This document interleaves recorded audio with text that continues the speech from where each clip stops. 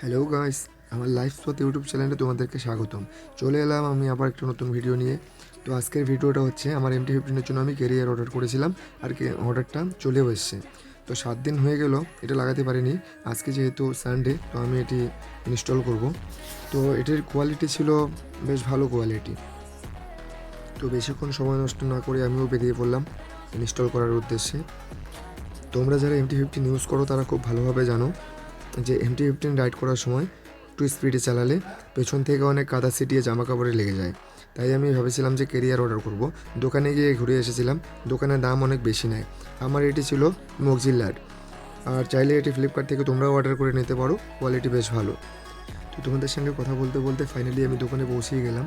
দেখতেই পাচ্ছ রাস্তার এপাশে আমি, ওপাশে দোকান। তো চলে আসলাম এখানে। এবার দাদাকে ডেকে নিয়ে এটি ফটাফট আমি ইনস্টল করে নিই। এটি ইনস্টল করাও ছিল খুব সহজ।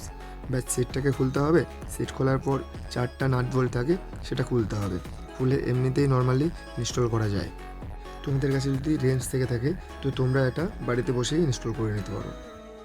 তোমরা দেখতেই পাচ্ছ আমার গাড়িতে মাডগার্ড খুলে রাখা হয়েছে। মাডগার্ডের যে 4টি নাট থাকে, 4টি নাটের মধ্যে 2টি নাট খারাপ হয়ে যায়, আর সেই কারণে পেছন থেকে আওয়াজ হতে থাকে। তাই আমি ওটাকে খুলে রেখেছি। আর এই কারণে জামা কাপড় আমার আবার বেশি নোংরা হচ্ছিল কাদা ছিটিয়ে। তাই আমি ভাবলাম যে একটা ক্যারিয়ার অর্ডার করেই নিই। তোমাদের সাথে কথা বলতে বলতে আমার এই ক্যারিয়ারটা ইনস্টল করা হয়েও গেল। ক্যারিয়ারটা ইনস্টল করার পর ভাবলাম যে গাড়িটাকে একটু ওয়াশ করে নেওয়া যাক, বাট এখানে কোনো ফোম ওয়াশ ছিল না।